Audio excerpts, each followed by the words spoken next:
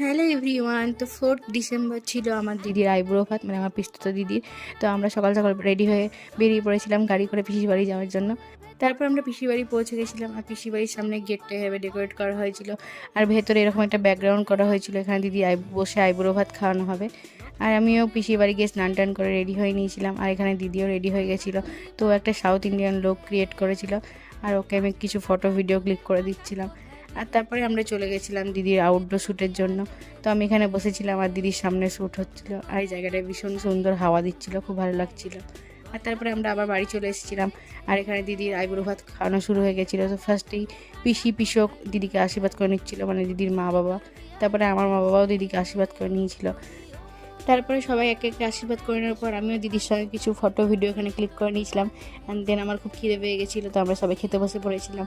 তো এইভাবে আজকে দিনটা কাটলো, ফিরে আসছি পরে ভিডিও নিয়ে, ততক্ষণের জন্য বাই।